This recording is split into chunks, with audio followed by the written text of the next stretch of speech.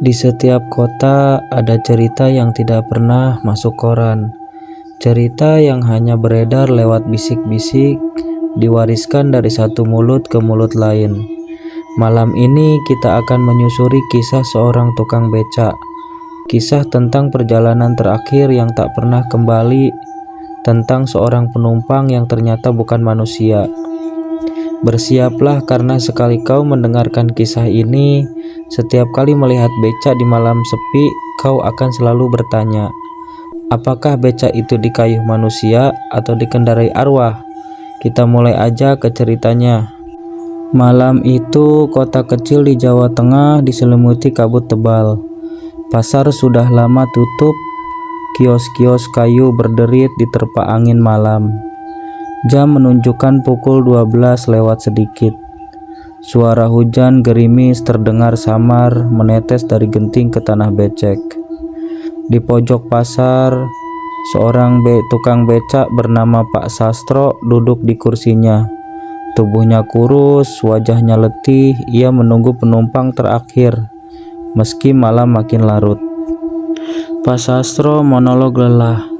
Sejak sore aku mangkal di sini, satu pun penumpang gak ada.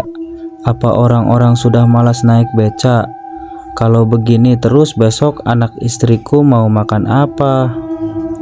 Pak Sastro melamun hingga tiba-tiba dari kejauhan terdengar suara langkah kaki perempuan. Sepasang kaki kecil melangkah pelan, semakin lama semakin dekat.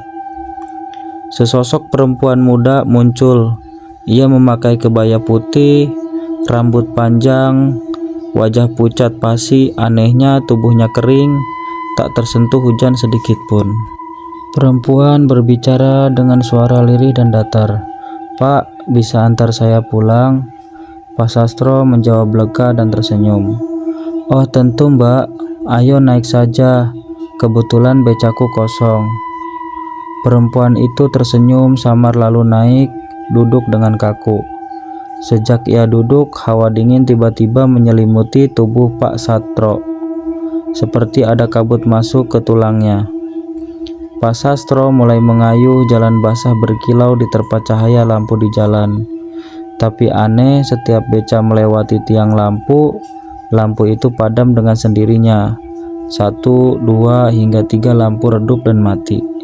Pak Sastro bergumam dengan cemas. Heran, kok mati semua? Biasanya terang. Dia melirik ke belakang. Perempuan itu menatap lurus ke depan, tanpa suara, tanpa bergerak. Tapi kaki gaunnya tersibak. Pak Sastro terperanjat. Kaki perempuan itu tidak menyentuh lantai becak, melainkan menggantung beberapa sentimeter di atas papan. Pak Sastro berbisik ke dirinya sendiri dengan penuh rasa takut. Astagfirullah, kok melayang? Hati Pak Sastro berdegup kencang. Ia ingin berhenti tapi mulutnya keluh. Tangannya kaku di setang becak. Udara semakin dingin, napasnya berhembus putih seperti asap. Perempuan itu berbisik, Pak, jangan lewat jalan besar. Lewat kuburan saja lebih cepat. Pak Sastro terkejut. Ia menoleh cepat ke arah perempuan itu. Pak Sastro gelagapan. Hah? Kuburan? Loh, Mbak, malam-malam begini kok lewat kuburan? Itu jalan sepi, serem, lebih baik lewat jalan raya. Perempuan perlahan suaranya berubah berat. Lewat kuburan. Sekujur tubuh Pak Sastro bergetar. Entah mengapa, tangannya tidak bisa menolak. Roda becak berbelok sendiri menuju jalan sempit, menuju pemakaman tua. Jalan menuju kuburan gelap gulita, lampu-lampu padam, hanya cahaya petir sesekali menerangi jalan. Pohon-pohon besar berjajar, daunnya basah, rantingnya melambai seperti tangan menyambut. Pak Sastro merasa dadanya sesak. Dia menoleh ke belakang dan terperanjat kursi becaknya kosong. Penumpang perempuan itu hilang. Pak Sastro panik. Loh mbak, kemana perginya? Jangan bercanda mbak. Dengan panik ia menoleh ke kanan dan di antara nisan perempuan itu berdiri. Wajahnya berubah, matanya merah menyala, bibirnya sobek lebar hingga telinga. Darah menetes dari giginya yang runcing. Perempuan, suara bergema dan menyeramkan. "Aku bukan manusia, Pak.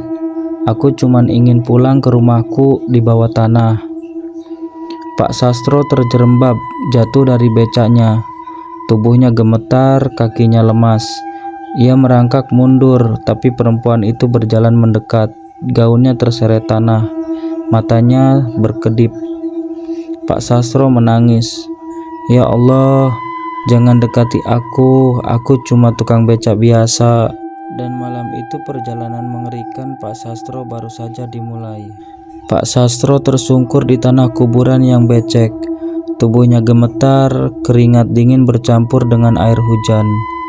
Di hadapannya perempuan berwajah menyeramkan itu melangkah pelan. Gaunnya terseret tanah basah, suaranya bergema lirih. Perempuan berbicara dengan lirih namun menggetarkan. "Kenapa takut, Pak? Bukankah kerja tukang becak itu mengantarkan penumpang ke tujuan?" Pak Sastro bangkit dengan susah payah. Ia mencoba berlari meninggalkan becanya. Namun semakin ia berlari, semakin aneh yang terjadi. Jalan yang ia tempuh selalu kembali ke tempat semula. Pak Sastro panik. Kenapa balik ke sini lagi ya? Tolong aku." Ketika ia menoleh, perempuan itu sudah kembali duduk di kursi becaknya. Padahal tadi jelas-jelas berdiri di depan nisan. Matanya menatap Pak Sastro, senyumnya kaku penuh ancaman. Perempuan berbicara dengan tegas. "Ayo kayuh, Pak, aku harus pulang malam ini." Seakan kehilangan kendali, kaki Pak Sastro otomatis kembali mengayuh becaknya. Roda berderit membawa mereka menembus kegelapan kuburan. Kabut makin tebal, seolah dunia luar sudah tidak ada lagi. Hanya ada becak itu dan penumpang gaibnya. Tiba-tiba suara-suara aneh terdengar. Bisikan-bisikan samar seperti banyak orang berbicara bersamaan, tapi tak jelas apa kata-katanya. Bisikan gaib dengan suara bertumpuk-tumpuk. Bawa kami, ikut pulang. Giliran kami." Pak Sastro ketakutan menutup telinga. Diam kalian." Dari balik nisan muncul sosok-sosok lain. Ada yang memakai kain kafan, tubuhnya penuh tanah. Ada yang tanpa kepala, darah mengucur dari lehernya. Ada pula seorang ibu menggendong bayi, namun wajah bayinya hitam hangus. Sosok pocong berbicara dengan serak. "Pak, antar aku pulang." Sosok tanpa kepala pun berbicara dengan suara berat. "Jangan dia dulu, aku yang harusnya naik." Pak Sastro terperangah. Puluhan sosok gaib kini mengerubungi becanya, berebut ingin duduk di kursi penumpang. Beca tua itu bergoyang keras, seolah akan roboh.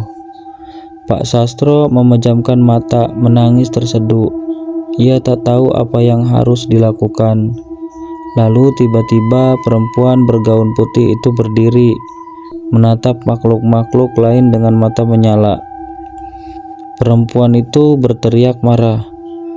"Diam kalian, beca ini punyaku. Aku yang duluan naik.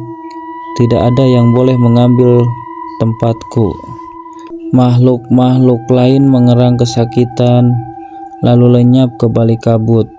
Suasana kembali sunyi, hanya ada Pak Sastro yang terisak dan perempuan itu yang perlahan kembali duduk tersenyum dingin. Perempuan berbicara pelan dan lembut. "Tenang, Pak, jangan takut. Sebentar lagi kita sampai. Rumahku dekat." Beca kembali melaju, namun kali ini jalan yang dilalui bukan jalan kota, melainkan jalan aneh. Di kiri kanannya tidak ada rumah, tidak ada pohon, hanya kabut tebal dan suara jeritan samar dari jauh. Pak Sastro baru menyadari ia bukan lagi berada di dunia manusia. Ia sudah memasuki dunia para arwah dan tak ada jaminan bisa kembali. Beca terus melaju di jalan aneh. Kabut putih tebal menutup pandangan, hanya roda yang berderi terdengar jelas. Pak Sastro mulai kehilangan tenaga. Napasnya berat, namun kakinya seakan dipaksa terus mengayuh. Pak Sastro berbicara lirih, nyaris putus asa. Ya Allah, kenapa aku nggak bisa berhenti? Tolonglah aku. Semakin lama, jalan yang dilalui berubah. Tanah basah berubah menjadi batu nisan yang tersusun berjejer. Beca melintas di atas makam-makam seperti melayang. Dari selak nisan, tangan-tangan kurus menjulur keluar mencoba meraih beca. Tangan gaib bisikan serak. Pak, aku juga mau pulang. Jangan tinggalkan aku. Pak Sastro menjerit. Jangan pegang becaku. Aku bukan tukang becak kalian. Namun tangan-tangan itu semakin banyak. Beca berguncang, hampir terguling. Pak Sastro berteriak, tapi perempuan bergaun putih hanya duduk tenang seolah menikmati perjalanan itu. Tiba-tiba suara gamelan samar terdengar dari kejauhan. Irama pelan mengalun mistis, seakan ada pesta kematian di tengah malam. Dari kabut muncul barisan arwah, ada yang memakai pakaian pengantin, wajah membusuk, ada yang berseragam tentara, tubuh penuh luka peluru. Mereka semua menatap beca dengan mata kosong. Arwah pengantin dengan lirih berbicara, Beca itu sudah kembali. Arwah tentara berbicara dengan nada datar. Aku dulu pernah naik, tapi tak pernah turun. Pak Sastro merasa tubuhnya gemetar. Beca yang dikayuhnya kini bukan lagi beca biasa. Roda besinya berubah menjadi roda hitam berasap. Stangnya berkarat, kursinya berbau busuk. Perempuan itu menoleh ke Pak Sastro, senyumnya menakutkan. Perempuan berbicara pelan tapi dingin. Pak, beca ini sudah lama menunggu penumpang. Malam ini kau jadi pengayuhnya. Kau harus terus kayuh sampai penumpang terakhir. Pak Sastro menangis memohon. Tidak, jangan. Aku manusia, aku cuma tukang beca miskin. Aku tidak mau jadi budak kalian. Namun rantai beca itu kini bergerak sendiri, seperti dikendalikan kekuatan gaib. Pak Sastro hanya bisa mengikuti seolah tubuhnya bukan lagi miliknya. Sekelilingnya semakin ramai, puluhan arwah muncul. Ada pocong, kuntilanak, arwah anak kecil tertawa, hingga sosok hitam besar bertanduk. Mereka semua menunggu giliran untuk naik. Pocong berbicara dengan suara berat mendesak. Sekarang giliranku, aku sudah lama menunggu. Kuntilanak dengan suara melengking. Tidak, aku dulu, aku haus darah. Pak Sastro histeris. Aku tidak mau, aku tidak sanggup lagi, lepaskan aku. Beca itu berguncang hebat. Tubuh Pak Sastro mulai lemas. Namun arwah-arwah itu tetap mendesak. Satu persatu mereka menduduki kursi, meski kursi beca hanya satu. Aneh, tapi beca itu melar, seolah mampu menampung banyak tubuh sekalipun. Pak Sastro menoleh, kursi beca kini penuh sesak dengan arwah-arwah. Wajah mereka hancur, mata melotot, lidah menjulur, semua menatap Pak Sastro bersamaan. Arwah-arwah bersuara serentak menggema. Kau tukang beca kami. Malam itu beca Pak Sastro bukan lagi kendaraan biasa. Beca itu telah menjadi kereta arwah dan Pak Sastro terjebak sebagai pengayuhnya. Beca Pak Sastro kini melaju kencang. Roda-roda hitam berasap menghantam tanah kuburan, meninggalkan jejak api di kursinya. Puluhan arwah berdesakan tertawa dan menangis bersamaan. Pak Sastro terus mengayuh, meski lututnya berdarah, meski napasnya hampir putus. Pak Sastro teriak putus asa. Aku gak kuat lagi, lepaskan aku bukan milik kalian. Perempuan bergaun putih berdiri di depan becak, menatap Pak Sastro dengan mata merah menyala, senyumnya dingin. Perempuan itu berbicara lagi. "Pak, sejak malam ini kau bukan lagi manusia biasa. Kau pengayuh becak arwah. Kau akan terus mengantar kami sampai hari kiamat." Tubuh Pak Sastro gemetar hebat. Ia merasakan rantai becak menjerat kakinya, menyatu dengan dagingnya. Tangannya melekat di setang, tak bisa dilepas. Ia menjerit kesakitan, namun jeritannya tenggelam di tengah suara arwah. Lalu seketika kabut terbelah. Dari langit cahaya samar muncul. Subuh mulai tiba. Suara ayam berkokok terdengar jauh. Arwah-arwah itu mengerang. Satu persatu lenyap di telan tanah. Pak Sastro berbiciri.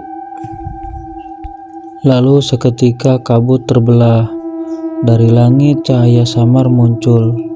Subuh mulai tiba. Suara ayam berkokok terdengar jauh. Arwah-arwah itu mengerang. Satu persatu lenyap di telan tanah. Pak Sastro lemah berbisik, "Tolong, tolong, aku ingin pulang." Namun becak itu tak berhenti, justru melaju sendiri menembus kabut hingga hilang dalam kegelapan.